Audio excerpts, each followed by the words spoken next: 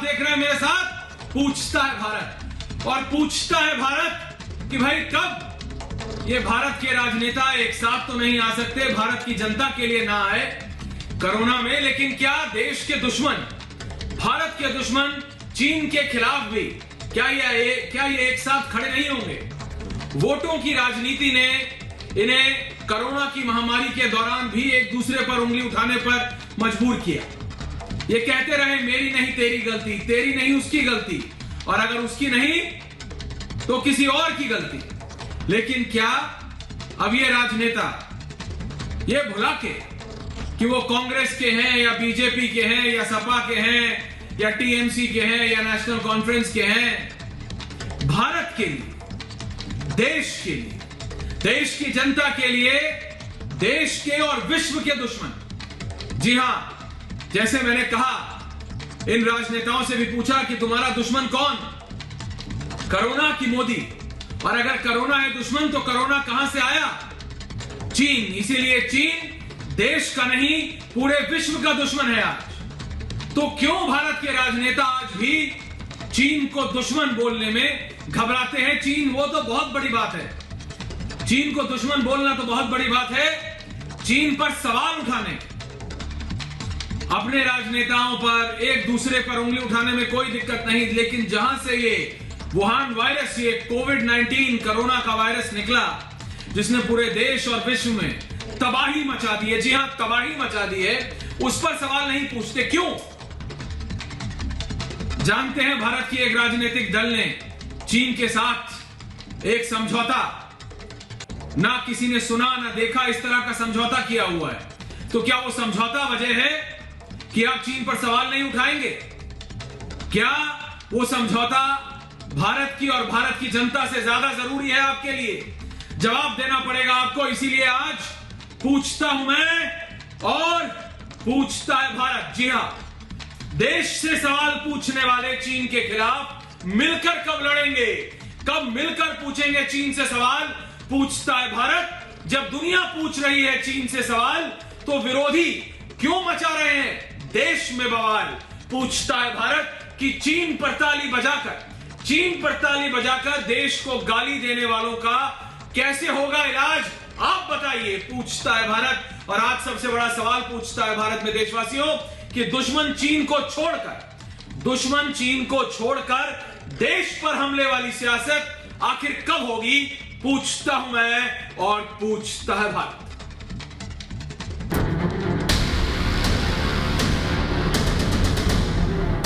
Corona से दुनिया में हाहाकार मचा हुआ है। चीन के वुहान से निकला ये जानलेवा वायरस 35 लाख लोगों को मौत की नींद सुला चुका है। पूरी दुनिया के सामने कोरोना किंग जिनपिंग बेनकाब हो चुका है। अब चीन के कोरोना कनेक्शन का एक और सबूत मिल गया है। ब्रिटिश खुफिया एजेंसी ने चीन की लैब से इस खतरनाक वायरस के निकलने का दावा किया है। अमेरिका समेत पूरी दुनिया चीन के खिलाफ खड़ी है, लेकिन हमारे देश में चीन के चाटुकार जिनपिंग के साथ खड़े होकर देश पर ही सवाल खड़े कर रहे हैं। कभी आपने राहुल गांधी का कोई ट्वीट पढ़ा? कभी उसने चाइना को लेकर कुछ कहा हो? वो इंडियन वेरिएंट तो कहते हैं, परंतु कभी उन्होंने वुहान वेरिएंट या चाइना वेरिएंट तो कभी नहीं कहा होगा। वो जो करारनामा है ना, जो कांग्रेस पार्टी और चाइना की कम्युनिस्ट पार्टी के बीच में हुआ था, इसमें राहुल गांधी ने स्वाक्षर किए थे, वो करारनामा के चलते ये कभी एक अक्षर नहीं बोलेंगे। दुनिया भर में कोरोना से हुई मौतों का जिम्मेदार सिर्फ और सिर्फ चीन है। ये भारत का ही नहीं, मानवता का दुश्मन है। लेकिन देश पर सवाल उठाने वाले जिनपिंग के दोस्तों को ये दुश्मन नजर नहीं आ रहा। चीन पर ताली बजाने वाले ये लोग देश को गाली देकर अपनी सियासी दुकान चला रहे हैं। कोरोना पर घिरा चीन बचने के लिए कई हथकंडे अपना रहा है, लेकिन जिनपिंग आर्मी की एक और करतूत से फैले संक्रमण से दुनिया दहशत में आ गई है। चीन में पहली बार इंसान में बर्ड फ्लू पाया गया है। ये खबर बेहद डराने वाली है। कोरोना वायरस भी चीन से पूरी दुनिया में फैला था, जिससे आज तक दुनिया लड़ रही है। चीन चाहे लाख बचने की कोशिश करे, लेकिन सवाल तो ये है कि आखिर ये जानलेवा वायरस बार बार चीन से ही क्यों फैलता है? और इससे भी बड़ा सवाल उन लोगों से जो दुश्मन को छोड़कर देश पर सवाल उठाते हैं। ऐसे लोग देश की कीमत कब समझेंगे? पूछता है भारत। जी हां, दुश्मन को छोड़ देश पे सवाल क्यों? एक ऐसा देश जिसने कभी भारत का भला नहीं सोचा, एक ऐसा देश जिसने हमेशा पाकिस्तान के साथ खड़ा रहा, लेकिन आज जब वो सिर्फ भारत के लिए नहीं पूरे विश्व के लिए दुश्मन बन गया है, तब भी भारत के राजनेता उस पर सवाल उठाने से कतराते हैं। तो क्या डर है या क्या समझौता है? इसी पे आज ये पूछता है भारत। पूरा पैनल है मेरे साथ। मेजर जनरल जीडी बख्शी साहब हैं मेरे साथ, मेजर गौरव आर्य हैं मेरे साथ, ईश्वरन भंडारी जी हैं मेरे साथ, कर्नल आरिसन सिंह हैं, सुनीत चोपड़ा जी हैं मेरे साथ, वरिष्ठ नेता है मेरे साथ, अजय वर्मा है, वरुण पुरोहित है और ऋषि मिश्रा है। मैं सबसे पहले मेजर जनरल जीडी बख्शी के पास आ रहा हूं, मेजर गौरव आर्य, और फिर आपके पास आता हूं। सुनीत जी एक एक करके आएंगे, वरुण पुरोहित जी सबसे निवेदन है, ऋषि एक एक करके बोलेंगे, एक के ऊपर एक बोलेंगे ना तो दर्शकों को सुनाई नहीं देता है, मैसेज आता है कि क्या फायदा है कि एक आदमी एक के ऊपर बोलता है, एक एक करके बोलेंगे। मैं शुरुआत में ही बोल रहा हूं, मेजर जनरल साहब, चीन एक ऐसा देश है जिसने कभी भी भारत का हित नहीं सोचा। चीन एक ऐसा देश है जो भारत का पड़ोसी तो है, लेकिन भारत के दूसरे पड़ोसी के साथ मिलकर भारत के खिलाफ षड्यंत्र रचता रहता है। लेकिन अब इस चीन ने एक ऐसा षड्यंत्र रचा है जिससे सिर्फ भारत नहीं मेजर जनरल जी, पूरा विश्व मेजर जनरल भुगत रहा है। ये जो वुहान वायरस है, इसको वुहान वायरस बोलने में भारत के राजनेताओं की रात की नींद गायब हो जाती है। ऐसा क्यों है मेजर जनरल? इतनी क्यों घबराहट है चीन से भारत की विपक्ष को? देखिए, मैं दो टूक शब्दों में कहना चाहूंगा कि चीन वो देश है जिसने 1962 पे हम पे धोखे से हमला किया। 3,500 से ज्यादा सैनिकों की हमारे वो जो उनको अपनी मौत की श्रद्धांजलि हम अभी तक अर्पित करते हैं। और मैं आपको बताना चाहता हूं कि चीन वो देश है जिसने पाकिस्तान को हमारे विरुद्ध खड़ा किया, टैंक दी, तोपे दी, जेट फाइटर दिए, सबमरीन्स दी और युद्धपोत देने जा रहा है। ठीक है साहब, ये वो देश है जिसने चीन को ब्लूप्रिंट दिया एटम बम का, 4 पहले बमों के लिए यूरेनियम दिया और पहला टेस्ट लॉकनौर शिंजियांग में किया पाकिस्तान के हथियार का। सारे मिसाइल उसको इसने दिए हैं, कोई कसर नहीं छोड़ी हमसे दुश्मनी निभाने में। फिर ये मुखौटा डालता है शांति का, पीस का। सब पिछले साल जानते हैं कितनी शांति इसने लद्दाख में दिखाई थी। अब तो साहब लद्दाख में हमारा ये बाल बांका नहीं बिगाड़ सका, उसके उल्टे बांस बरेली को पड़ गए। लड़ाई किए हुए इस मुल्क को 42 साल हो गए हैं। इसके जो फौजी हैं वो प्रिंसलिंग फैमिली, मतलब एक बच्चा पूरे परिवार में, ना वो मरना चाहता है ना उसके माँ बाप चाहते हैं कि वो मरे, वो लड़ने के काबिल नहीं है। इसलिए चीन ने एक नया तरीका चुना है लड़ाई का, बगैर लड़े बगैर गोली चलाए मुल्कों को धराशायी कर दे। और उसके चलते इसने नाटक किया है, ये स्वांग किया है कि ये जो पहले तो कहा कि ये जो वायरस है वुहान की वायरस, जो कि कोविड की वायरस, ये वुहान वेट मार्केट से आई है साहब। अब पता चला है कि वुहान वेट मार्केट में तो वो जो है क्या चमगादड़ बिकती ही नहीं, चमगादड़ से आई। कौन सा इंटरमीडिएट एनिमल है 18 महीने के बाद तक नहीं पता, क्योंकि कोई इंटरमीडिएट एनिमल है ही नहीं।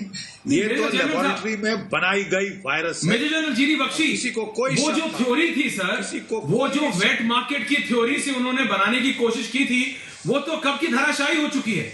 That theory doesn't even exist sir.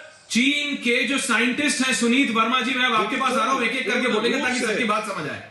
मेरे को आपसे ये सवाल है, वो जो थ्योरी है सर वो तो धराशायी हो चुकी है, पर जो मेजर जनरल साहब ने बोला ना धोखे से लड़ा था, तो भारत के राजनेता सुनीत वर्मा जी, आप एक वरिष्ठ नेता, मैं आपसे पूछ रहा हूं, एक साथ होकर क्यों नहीं लड़ सकते भारत के इस दुश्मन के खिलाफ? विश्व का दुश्मन बन गया है चीन आज, तो हमारे राजनेताओं का सगा क्यों है चीन? सुनीत वर्मा जी, और कोई आपके ऊपर नहीं बोलेगा, एक एक करके बात करेंगे। बोलिए। जिस देश के प्रधानमंत्री बंगाल के सूबे के साथ एक होके नहीं बैठ सकते, चीन वो देश को एक रखेंगे, बात चीन की कर रहा हूं, आप बंगाल पहुंच जाते हैं, छोड़ देंगे। मेजर गौरव आर्य सुन रहे हैं आप? क्यों नहीं? जो आदमी हिंदुस्तान नहीं इकट्ठा कर सुनील सकता चोपड़ा वो जी, चीन का मुकाबला सुनील नहीं चोपड़ा कर जी, सकता। सुनील जी, सुनील चीन चोपड़ा ने जी, इनको ब्रिक्स सुनील का चोपड़ा जी, इंचार्ज सुनील चोपड़ा बनाया है 1 साल के लिए। आपको सुनील मालूम जी। है चीन ने इनको सुनील चोपड़ा ब्रिक्स जी। का इंचार्ज बनाया है 1 साल के लिए। ये चीन की देन है। और जनरल कॉल की किताब पढ़ो कि चाइनीज क्या वॉर देन है कैसे चीन हुई। की? चीन की देन वो कोविड भी है जनरल सर। हैं, जनरल बख्शी से ज्यादा सर, जानते चीन की हैं। देन कोविड है जनरल कॉल की किताब पढ़िए, सर। पढ़िए, सुनील चोपड़ा फिर जी। उसके बाद बात करेंगे। सुनील चोपड़ा जी, आप क्यों इस विश्व के दुश्मन के साथ खड़े हैं? ये भारत की जनता समझ नहीं पा रही है। एक ऐसा दुश्मन जिसने हर एक विश्व भारतीय का को, दुश्मन नहीं पूरे है। विश्व में हर एक आपने इंसान किसका नाम को लिया? परेशान कर दिया। आपने किसका नाम लिया? आपने नाम लिया ब्रिटेन का, जिसने जलियांवाला बाग किया था। मेरे परदादा गिरफ्तार हुए थे उसके बाद, क्योंकि हमने जवाब दिया था उसका गुजरांवाले में। क्या समझते हो तुम? विश्व का दुश्मन। तुम्हें मालूम नहीं है किस दुश्मन ने तुम्हें चक्की में डाल के पीसा था 200 साल से ज्यादा। कम से कम इज्जत से बोलो। जिनके पूर्वज लड़े हैं उनको मालूम है। किसके बारे में? चीन के बारे में। कैसे बोलूं इज्जत से? सुनील चोपड़ा जी, मैं आपकी इज्जत कर सकता हूं, चीन की नहीं। मेजर गौरव आर्या चीन की इज्जत कैसे आप करे? अपने देश सिर्फ को एक भारतीय करो। नहीं, विश्व का आप कोई भी अपने इंसान, देश को एक करो। विश्व का कोई भी चिल्लाने से इंसान कुछ नहीं होगा। और कोई भी भारतीय चिल्लाने से कुछ नहीं होगा। जिसने अपने घर का इस सदस्य देश खोया हो को इस एक कोरोना के करो। चलते, जैसे जो कि भगत सिंह बायो ने वॉर किया है या था। क्या है, मेजर इस गौरव आर्या देश को कैसे एक करे विश्वास? करो। जैसे जलियांवाला बाग चोपड़ा ने किया जी, था, नहीं। तब हम मानते चोपड़ा हैं जी कि नहीं। कुछ मेजर करो। मेजर मेजर मेजर नहीं मेजर तो मेजर गौरव। यहाँ पर तो आप मरवा रहे हो लोगों को। इंजेक्शन नहीं है, दवाई का काला बाजार हो रहा है, ऑक्सीजन का काला बाजार हो रहा है। शर्म आनी चाहिए बेशर्मों को। मेजर गौरव आर्या। जी जी मैं ये कहना चाहता हूँ ऐश्वर्या कि जो जीडी बख्शी सर ने बात करी मैं उससे सहमत हूँ, पर मैं अपनी तरफ से भी उनके ऊपर कुछ बातें जोड़ना चाहता हूँ। और मैं ये कहना चाहता हूँ कि हमारी क्या तैयारी है। अगर हमें पता है चीन दुश्मन है, अगर हम मान लेते हैं कि चीन दुश्मन है, मैं तो कहता हूँ है, तो हम उसके बारे में क्या कर रहे हैं? पहली चीज हमें ये करनी चाहिए, सरकार को ये करनी चाहिए कि कम से कम नाम लें चीन का, और आगे आके कम से कम ये करें। क्योंकि हम अगर ऑपोजिशन पार्टीज को बोलेंगे तुम नाम नहीं ले रहे, तो ऑपोजिशन पार्टी सबसे पहले बोलेंगे कि भाई साहब आप तो सत्ता में, आपने भी नाम नहीं लिया, हमसे क्यों आप अपेक्षा करते हैं? पहली चीज। दूसरी चीज बहुत जरूरी है कि हमें अपने लोगों को बचाना है, और अगर थर्ड वेव आ रही है जैसा लोग कहते हैं, तो हमें थर्ड वेव के खिलाफ किस तरीके से कार्रवाई करनी है। क्योंकि ये ठीक है, देखिए चीन से जवाबदेही तो ऐश्वर्या दुनिया मांग रही है, मांगेगी, वो नेचुरल चीज है। मतलब उसमें हम ये नहीं कह सकते कि तुम मत मांगो, हम भी मांग रहे हैं। हम थोड़ा से हल्के लिहाज से मांग रहे हैं, लोग भारी लिहाज से मांग रहे हैं, ठीक है, वो चलता रहेगा और चलना भी चाहिए। लेकिन हम लोगों की क्या तैयारी है, भारत की क्या तैयारी है, भारत क्या करने वाला है? सिर्फ बातचीत नहीं, action speak louder than words. What are we doing? हमारा जमीन पे अमल दरामद क्या है, मैं उसकी बात करना चाहता हूं। नहीं, लेकिन मेजर गौरव आर्या, मैं तो सिंपल पूछ रहा हूं, कोई भी इंसान आज की तारीख में इस ऐसे देश, जो कि मेजर जनरल जीडी बख्शी ने भी कहा कि ये तो वेट मार्केट का खेल ही नहीं है भाई, बायो टेरर है क्या इसमें? ये क्या बना के वेपन, क्योंकि आज आप बंदूक चला नहीं सकते, आपके तो इनके तो army general major general GD Bakshi और major Gaurav Arya colonel RSN Singh limousine में बैठ के आते हैं, लग्जरी गाड़ियों में। इनको जमीन पे लड़ने की कोई वो तो है नहीं, ना इनको प्रैक्टिस है ना कुछ है। इनकी आर्मी बैठे बैठे बेकार हो चुकी है, तो इन्होंने लैब में एक ऐसा वायरस बना के यहां छोड़ दिया है। लेकिन मुझे दिक्कत इससे होती है सुनील चोपड़ा जी कि आप जैसा वरिष्ठ नेता भी चीन की तारीफ करता है। सवाल तो पूछ लीजिए, सवाल तो पूछ लीजिए इनसे सुनील चोपड़ा जी। चीन की तारीफ नहीं की, और जो सवाल क्यों नहीं पूछते चीन से सर? आर्या ने बात कही, मैं सहमत हूं आर्ग्यूमेंट से, लेकिन हमको ये समझना है कि हम सिर्फ ढोल बजा के कुछ नहीं करेंगे। ये जो बकवास करने की आदत पड़ गई है ना, ये बहुत खतरनाक है। मेरा ये कहना है किसकी? कि चीन ने कौन आज सी आपको बकवास? ब्रिक्स का प्रेसिडेंट एक बनाया है सेकंड, 1 साल के लिए। आप ब्रिक्स में एकता कायम कीजिए अपने पड़ोसियों के साथ। अगर ये नहीं कर सकते, जो आदमी अपने देश को एक नहीं कर सकते, अपने पड़ोसियों को एक नहीं कर सकते, वो क्या करेंगे? नहीं, मेजर जनरल जीडी बख्शी, इस कारण मैं आऊंगा आपके पास, लेकिन एक मिनट में जा रहा हूं मेजर जनरल जीडी बख्शी के पास। मेजर जनरल जीडी बख्शी, अगर यह सोच होगी, मेरे को नहीं लगता कि अमेरिका में कोई भी ऐसा राजनेता होगा जो कि आज चीन के बारे में बोलेगा। क्या ब्रिटेन में होगा, क्या ऑस्ट्रेलिया में होगा, क्या जापान में होगा, क्या सिंगापुर में होगा? किसी की हिम्मत नहीं हो रही है। ये भारत में कुछ राजनेता है जो कि वुहान वायरस नहीं बोल सकते, सिंगापुर का वायरस बोलने की कोशिश की, सिंगापुर ने नाको चने चबा दिए, और यहां जिसने पूरे विश्व में दे दिया कोरोना, उसका नाम लेने में घबराते हैं। Major general GD Bakshi sir, देखिए, ये कह रहे हैं चीन ने हमको एक मेंबर बनाया ब्रिक्स का और उसकी जो है चेयरमैनशिप सौंपी। अरे चीन का राज है क्या? नहीं, आप क्या कह रहे हैं? कोई मिडिल किंगडम है जहां हमको जाके तलवे चाटने हैं, पांव चाटने हैं उनके? चीन ने 1962 पे हम पे हमला किया। सुनील चोपड़ा जी, हमारे 3,500 से ज्यादा सिपाही शहीद हुए, 3,500 से ज्यादा सिपाही शहीद हुए। ये चीन की देन है। प्लीज बोलिए, हमने बहुत ध्यान से आपको सुना। देखिए साहब, ये जहां इनको बात चुभती है, जब सत्य चुभता है तो चिल्लाने लगते हैं। नहीं, आप चिल्लाने लगते हैं जब कटु सत्य आपको सुनाया जाए। मैंने आपको सीधी चीन बात ने बता दी। पाकिस्तान को जनरल हथियार कौल की दिए, किताब लिखी आणविक हुई है। हथियार दिए, वो आदमी प्रक्षेपास्त्र बॉर्डर पे दिए। थे, आप थे। अब भी चीन की हम चाटुकारी करें?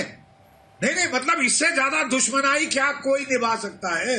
जो पिछले साल लद्दाख में किया, जो गलवान में हमारे 20 सैनिक मारे, क्या वो उसके बाद भी हम चाटुकारी करें, तलवे चाटे? क्या चाहते क्या हैं आप चीन के चहेते जो लोग हैं यहाँ पे? तो चीन का नाम ले लो। चाटुकार है, वो चाहते क्या है? हम चीन के जाके तलवे चाटे? चाटुकार हद है साहब, हद है। कोई भी मतलब कोई शर्म हया होती है साहब। अमेरिका के आपने इस देश का नमक खाया है, आपने इस देश का नमक खाया है, और आप दूसरे देश को जिसने हम पे हमला किया, जिसने हमारे दुश्मनों को उकसाया, हथियार दिए, जिसने यहाँ आतंकवाद छेड़ा नॉर्थ ईस्ट में खासकर, ठीक है, आप कह रहे हो कि जिस देश ने हमारे 20 जवान शहीद किए पिछले साल, और जिस देश की देन ये कोरोना है, जिससे कि हमारे 4,000 प्रतिदिन मरते रहे हैं, दूसरी वेव में 4-4 लाख प्रतिदिन संक्रमित हो रहे हैं। कुछ मत कहो आपके चहेते चीन को। उसका नाम बोले, मैंने नाम बता दिया। अरे साहब, बात की बात है। कर्नल वरुण पुरोहित, इस तरह नाम है उसके बाद। कर्नल वरुण पुरोहित, कर्नल आर एस सिंह, क्या जवाब देंगे आप? नहीं, देखिए, जो मेजर जनरल बोल रहे हैं वो कैसे गलत है, और मैं कैसे सुनील चोपड़ा की बात मान लूं? अगर बीच में मेरे कानों में कोई चीन पे कैसे ना सवाल उठाए पूरा विश्व? जी सर जी, मैं कह रहा हूं कि अगर बीच में मेरे कानों में कोई आवाज आएगी तो मैं चुप हो जाऊंगा, मैं उसके आगे नहीं बोलूंगा। इसलिए मुझे बोलने दीजिए, मैं दखल अंदाजी नहीं कर। कोई नहीं बोलेगा, बोलिए कम। मैं एक, इन्होंने थोड़ा इनको ज्ञान थोड़ा मैं दे दूं। इन्होंने ब्रिक्स का हवाला दिया। ब्रिक्स में ब्राजील है, इंडिया है, चाइना है। आपको मालूम ब्राजील की हालत इनको मालूम है? इनको पूछिए कि ब्राजील में क्या कैजुअलिटीज हो रहे हैं। आज वर्ल्ड में नंबर 2 सबसे ज्यादा कैजुअलिटीज ब्राजील में हो रहे हैं, यानी कोरोना डेथ की मैं बात कर रहा हूँ। 23 करोड़ की पॉपुलेशन है साहब, रोज वहां 2,500 लोग मर रहे हैं। और जहां तक सेंट्रल अमेरिका और साउथ अमेरिका का सवाल है, मुझे तो लगता है कि पता नहीं इनका क्या होगा। अर्जेंटीना, कोलंबिया, मतलब हाहाकार मचा हुआ है। तो उस समय इनको नहीं, बीच में मत बोलो। मैं कह रहा हूं कि ब्रिक्स की ये हालत होगी, और इंडिया का आप जानते हैं, लेकिन अभी इंडिया का काफी डिक्लाइन पे, आज हम 2 वाले फिगर पे आ गए हैं ना, 2000 समथिंग 600 है अभी ये। लेकिन ब्राजील अभी भी सफर कर रहा है, पहली बात। दूसरी बात, इन्होंने कहा कि इनकी बातों का जलियांवाला बाग में जब तुम्हारा पूर्वज वहां मरा था या शहीद हुआ था, उस समय वामपंथ हिंदुस्तान में नहीं आया था। तो तुम्हारे पता नहीं किस पूर्वज ने ये वामपंथी इंपोर्टेड विचारधारा कहां से लेके आए तुम? क्या हिंदुस्तान में और कोई विचारधारा नहीं थी? तुम लाए थे कि तुम्हारे पिताजी लाए थे वहां से? ये इंपोर्टेड, ये विदेशी विचारधारा वामपंथ का किसने लाया था? और वामपंथी सुनो, चुप विदेशी रहो, विचारधारा नहीं है, हिंदुस्तान की जनता चुप करो। तुमने Lenin is the leader of the pageants. हाँ, अच्छा, वो तुम्हारा बाप था। भगत सिंह, वो तुम्हारा बाप था। आप भगत सिंह पढ़े हो कभी? लेनिन तुम्हारा बाप था, जलियांवाला बाग में था वो। चलो मान लिया, बकवास करता है, चुप रहो। तीसरी बात देखिए, देखिए मेरा देखिए ये मानना है। देखिए रिलैक्स। नहीं, एक मिनट। नहीं, ये यार इस देश को रोज टेलीविजन पर बैठा देते हो यार। ये रोज ये यहाँ का नमक खाया है, इसको पूछो। इसका ये दूध स्कूल में इसकी शिक्षा हुई है। इसके दूध स्कूल में शिक्षा हो गई। किसके पैसे पे गया था ये दूध स्कूल? पूछो इससे। और ये दूध स्कूल में गया था। आज गाड़ी बना, ये पहले आज क्रिटिक का काम करता था। ये दूध स्कूल में किसके जलियांवाला बाग का बात कर रहा है? इंपोर्टेड विचारधारा लेके में नहीं सुनिए था। साहब, मैं विदेश में पढ़ा हूँ। अरे तो किसने दिया? ये दाढ़ी के पैसे कौन देता करवाने के? स्कूल में नहीं था। और यहाँ पर मैं सेंट जेवियर्स कॉलेज कैलकाटा में पढ़ा हूँ, जहाँ टैगोर पढ़ा हूँ। और पाकिस्तान से क्यों भाग आया? इतना बड़ा सेक्युलर बना हुआ है, पाकिस्तान से क्यों भाग आया? बिल्कुल पाकिस्तान की तरफ रेफ्यूजी स्टेटस मिला। सेक्युलरिज्म ही हिंदुस्तान को मजबूत कर देती है। तो तुम पाकिस्तान से भाग के क्यों आया? पाकिस्तान अगर भगत सिंह था तो अशफाकुल्लाह भी था।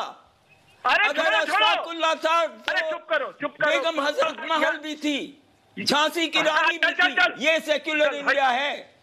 देखो, तुम्हें इतिहास मालूम नहीं, ना अपना ना देश। इतिहास तो तुम्हारा ये विचारधारा किसने लाया था? ये इम्पोर्टेंट विचारधारा किस पूर्वज ने? तुम्हारे वो जलियांवाले पूर्वज ने किसने लाया था? विचारधारा नहीं है, किसने लाया था? मार्क्सवाद लेनिनवाद कहता है कि कॉन्क्रीट कंडीशंस इन कॉन्क्रीट रियलिटी वो है, और कॉन्क्रीट कंडीशन हिंदुस्तान की जमीन की है। और भगत सिंह ने कहा था कि किसानों का नेता लेनिन है। भगत सिंह ने लेनिन दिवस मनाया कोर्ट में। चुप कर। और भगत सिंह को पास दिया था मेरे ही रिश्तेदार ने जाने को। हाँ, तो मुझे कहाँ गया था तू विचारधारा? और वो क्या वो विदेश में तुमने पढ़ाई किसके पैसे से की थी? सब वो विदेश में किसके पैसे से पढ़ाई की थी तुमने? लेनिन के पैसे से कि स्टालिन के पैसे से? अपने पैसे से पढ़े हैं भाई जी। हाँ, हमें किसी के पैसे की जरूरत नहीं। तो क्या और ना है। क्या बेचता था? तुम क्या बेचते थे? तुम्हारे पूर्वज क्या बेचते थे हिंदुस्तान में? हम कुछ नहीं बेचते थे, तुम लोग बिक्री के माल। देखिए, बात में चीन की कर रहा हूँ। कर्नल साहब सुनील चोपड़ा, इश्करण भंडारी, मेजर गौरव आर्या। कर्नल साहब वापस आ रहा हूँ। कर्नल साहब मेरा इशू ये है, Ishkaran Bhandari, major general GD Bakshi, major Gaurav Arya, वापस आ रहा हूँ आपके पास। आ रहा हूँ सर।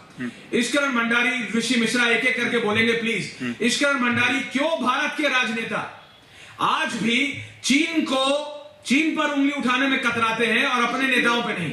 वुहान वायरस बोलने में घबराते हैं, लेकिन इंडिया वेरिएंट जाके झंडे लहराने के लिए तैयार है विदेशों में भी। इश्करण भंडारी, ऋषि मिश्रा जी। इश्करण ऐश्वर्या, पहले तो मैं एक कम्युनिस्ट लीडर की बात सुन के हैरान हूं कि क्या अभी भी ये 1962 की विचारधारा है, जहां पे वीएस अच्युतानंदन जी पे भारतीय सैनिक को ब्लड देने के लिए डिसिप्लिनरी एक्शन ले लिया गया था जब उन्होंने प्रपोजल दिया था? क्या ये 1962 की विचारधारा दुर्भाग्यपूर्ण से आज भी कुछ कम्युनिस्टों के दिमाग में चल रही है? पहले तो इसका सफाया कर दें, क्योंकि एक बारी 1962 में हम ये देख चुके हैं। दूसरी बात जो यहाँ पे अहम बात है, मेजर आर्या ने एक बहुत सही बात कही है और मैं उसका पूरा समर्थन करता हूँ कि भारत सरकार को भी कड़े शब्दों में चाइना का नाम लेके पॉलिसी ड्रॉ आउट करनी पड़ेगी, तभी उसको विपक्ष सपोर्ट कर पाएगा। ये बात मेरे ख्याल से भारत सरकार की भी जिम्मेवारी है। और तीसरी सबसे जरूरी बात जो वुहान वायरस पे, आप अभी देखिए, जहां पे प्रेसिडेंट बाइडेन जो अभी आए हैं, आने से पहले वुहान वायरस जैसा शब्द का प्रयोग नहीं हो रहा था। चाइना के अंदर लैब लीक की बात का प्रयोग नहीं हो रहा था। वहां पे एक फेसबुक ने अपनी पॉलिसी बदली कि अब आप लैब लीक की डिस्कशन कर सकते हैं। दूसरा, प्रेसिडेंट बाइडेन ने कहा 90 दिन में इंटेलिजेंस एजेंसीज रिपोर्ट दें कि ये एनिमल था या लैब लीक था। तो लैब लीक तक पहुंच गए हैं, बहुत हैरानी नहीं होगी कि बायो वॉर तक भी पहुंच जाए, क्योंकि उनका चुनाव खत्म हो चुका है। तो ये पूरे विश्व में जब ये चर्चा शुरू हो चुकी है, और भारत में बहुत ज्यादा मेरे से सीनियर हैं, जनरल जीडी बख्शी बैठे हुए हैं, वो बता चुके हैं कैसे बायो वॉर है, मेजर आर्या बता चुके हैं कैसे बायो वॉर के संकेत हैं। तो ये बात पे हमें भी डिस्कस करना पड़ेगा, प्रिपेयर करना पड़ेगा, लड़ना, और उसके लिए देश को एक है। पर जो कम्युनिस्ट अगर अभी भी 1962 की विचारधारा के साथ बैठे हैं, तो आपको चैनल पे उनको स्पेस नहीं देना चाहिए। और दूसरी बात, अगर देते भी हैं तो भारत सरकार को इन पे एक्शन लेना चाहिए, अभी भी उस मानसिकता से बैठे हुए हैं। ऐश्वर्य भाई, अब मैं बोलूं, इनका जवाब दे दूं? ऋषि मिश्रा जवाब दीजिए, और फिर मेजर गौरव आर्या, एक एक करके आ रहा हूं, बोलिए ऋषि, बोलिए। ऐश्वर्य भाई, पहले कर्नल साहब के भाषा पे आपत्ति दर्ज कराता हूँ। सुनील चोपड़ा जी वरिष्ठ लोग हैं, सम्मानित लोग हैं। चीन पे जता दीजिए कभी, धूमधाम ऋषि इंडिया कभी के तो नंबर चीन 1 पे चैनल पे किया गया है। मैं घोर आपत्ति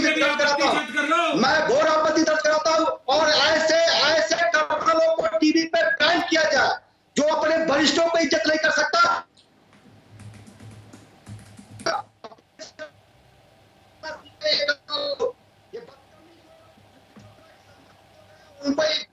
टीवी चैनल पर बदतमीजी से बात किया जा रहा है, बहुत दुखी है। नंबर 1। नंबर 2, बीजेपी के ही सांसद ने नरेंद्र मोदी सरकार पे सवाल उठाया है। ऐश्वर्य भाई होनी चाहिए। सुब्रमण्यम स्वामी ने मोदी सरकार पे चाइना के इश्यू पे सवाल ऑडियो में दिक्कत हो रही है, ऋषि आपके ऑडियो में दिक्कत हो रही है। वरुण पुरोहित मेजर गौरव आर्या, वरुण पुरोहित मेजर गौरव आर्या, ऋषि आपके ऑडियो में दिक्कत हो रही है, वापस आऊंगा।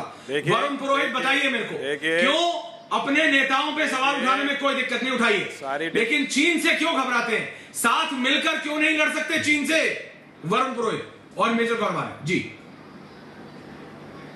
देखिए, चीन से कोई भी नहीं घबराता है, इसको आप नैरेटिव चेंज मत करो। मेजर गौरव वाले ने बहुत बढ़िया बात कही है, सुब्रमण्यम स्वामी जी ने भी वही चीज़ उठाई है। प्रधानमंत्री जी को अमेरिका ने जैसे बाइडेन नाम ले रहे हैं, उससे चाइना का इनको नाम लेना चाहिए। विपक्ष के ऊपर आप जब तक कह नहीं सकते, भाई सरकार तो आपकी है, तो आपको क्या दिक्कत आ रही है भाई चाइना का नाम लेने के लिए? सारा देश एक खड़ा है। चाइना, आप देखिए जो जैविक युद्ध चाइना लड़ रहा है भारत से, हमको सबसे पहले इसकी जड़ में जाना होगा। हमारा जितना इकोनॉमिक डिपेंडेंट चाइना पे रहेगा, उतना चाइना की हम दबते जाएंगे। सबसे पहले तो इकोनॉमिक डिपेंडेंस चाइना से कम करनी चाहिए हमको। किसी भी हाल में 2-4 ऐप बंद करने से कुछ नहीं होता। इकोनॉमिक डिपेंडेंस जब तक हम सब मिल करके उससे कम नहीं करेंगे चाइना से, आप चाइना से लड़ने में आपको तकलीफ होगी। अब बार बार आप कह रहे हो राजनेता, तो सबसे पहले तो जो सरकार होगी वो उसकी खिलाफत करेगी, विपक्ष नहीं करे। जब आप ये प्रश्न उठा सकते हो, और ये मैंने हमेशा स्ट्रेस किया, वर्चुअल संसद चलाइए। जो पटल पे रखा जाता है वो डॉक्यूमेंट हो जाता है। जो सांसद चाइना के पक्ष में लेगा देश के सामने आ जाएगा, जो सांसद चाइना के खिलाफ बोलेगा सदन के पटल पे आ जाएगा। तो वर्चुअल संसद हर इश्यू पे चलानी चाहिए, लोकतांत्रिक देश है। और प्रधानमंत्री जी से आग्रह है, चाइना का खुलकर विरोध करो, नाम लेकर विरोध करो, पूरा देश उनके साथ खड़ा है इस मामले में, इसमें कोई कोताही की बात नहीं है। और जहां तक आप बात कर रहे थे, वरिष्ठ लोग जिस प्रकार की भाषा का इस्तेमाल कर रहे थे, आप इनको करिए। हमारे बच्चे हमारे देखते हैं टीवी घर में, ऐसे संस्कार नहीं दें जी। क्या कह रहे हैं आप? वरुण पुरोहित, लेकिन कभी सरकार के साथ मत आ जाना। देखिए मेजर गौरव आर्या, चीन को अब समय आ गया है कि नाम लिया जाए और बोला जाए कि ये चीन की गलती है या जानबूझ के ये बायो टेरर हो रहा है।